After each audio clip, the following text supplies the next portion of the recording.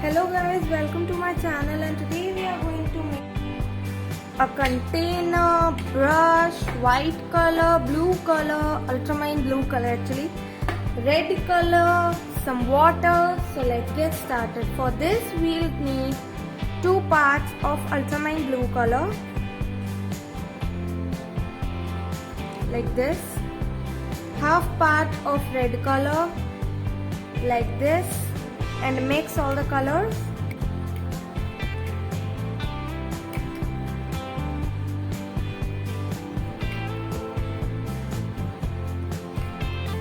Nicely. And then 2 parts of white color, 1, 2, and mix all the colors with the white color.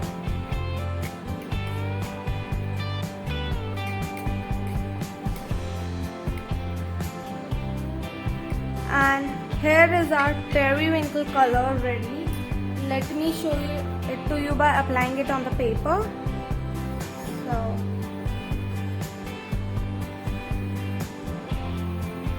here is our periwinkle color.